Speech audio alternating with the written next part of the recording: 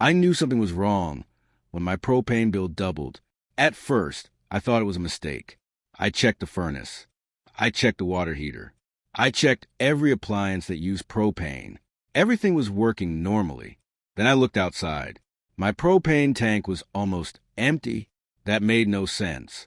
I lived on the edge of a large suburban community, in a house that sat just outside the main HOA development. My propane tank was on my property. I paid for every gallon. And yet, somehow, my neighbors were using it. I discovered the reason a few days later. Behind my property was an HOA-maintained clubhouse with several propane-powered heaters. A supply line had been connected to my tank years earlier. I had never approved it. I had never signed anything. And nobody had ever asked me. The HOA had simply been treating my propane tank like a free community utility. When I confronted the HOA president, Karen, she didn't even look surprised. She looked annoyed. "Oh, that tank," she said. "It's been connected for years." I stared at her. "It's my tank." She shrugged. "The HOA has always used it." I asked her who was paying for the propane. She didn't answer. So I asked again, "Who is paying for the gas in my tank?"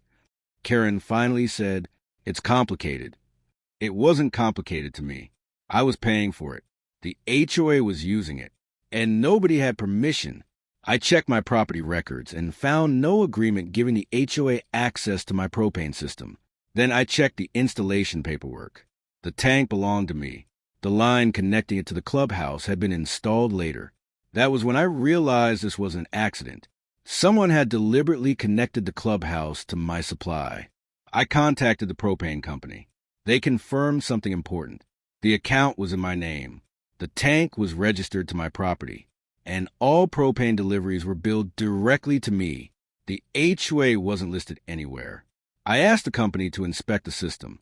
When the technician arrived, he followed the supply line and discovered exactly what I had suspected. My tank was supplying the clubhouse. He also told me something else.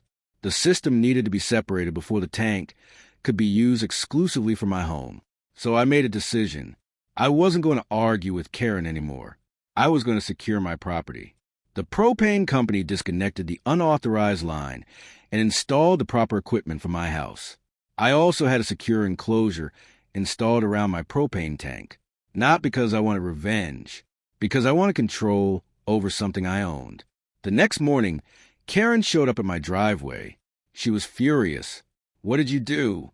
I told her exactly what I had done. I secured my propane tank. She pointed toward the clubhouse. "You've cut off our heat." I shook my head. "No, I stopped supplying for free." That sentence made her furious. She threatened to report me to the HOA board. I reminded her that I wasn't an HOA member. She said the clubhouse was part of the community. I said, "Then the community can buy its own propane." She walked away without another word. I thought that would be the end of it. It wasn't. The HOA sent me a formal letter demanding that I restore the propane connection. They claimed the system had been historically shared. That phrase caught my attention. Historically shared. But when I looked through my property records again, there was no shared utility agreement, no easement, no contract, nothing. So I responded with copies of the documents. I also included every propane bill I had paid over the years. Then I calculated the numbers. The amount wasn't small. Over several years, I had paid thousands of dollars for propane that had been used by the clubhouse. I didn't even demand immediate payment. I simply asked the HOA to explain the legal basis for using my tank. They couldn't. At the next HOA meeting, the president tried to make me look unreasonable. She told the board I had suddenly changed the rules. Then one board member asked her a simple question. "Whose name is on the propane account?" Karen went silent. Another member asked, "Who owns the tank?" Again, silence. Then someone asked, "Did we ever reimburse him?" Nobody answered. The room became uncomfortable. Finally, the HOA treasurer admitted they had never paid me for the propane. And that's when the board realized the scale of the problem. They weren't dealing with a homeowner being difficult. They had been relying on someone else's private utility. For free, the board eventually hired a contractor to install a separate propane system for the clubhouse. It cost them significantly more than they expected. But that wasn't my problem. For the first time, the clubhouse had its own account, its own tank, its own responsibility, and I had my property back. A few weeks later, the HOA offered to reimburse part of my previous propane expenses. I accepted after everything was properly documented. But the most satisfying part wasn't the money. It was watching the HOA become independent. They finally understood something they should have understood from the beginning. Private property isn't community property just because it's convenient, and a utility connection doesn't come free simply because everyone gets used to it. My propane tank had been sitting quietly beside my house for years. The HOA treated it like their own, but the moment I secured it, the entire situation changed. They had to buy their own propane.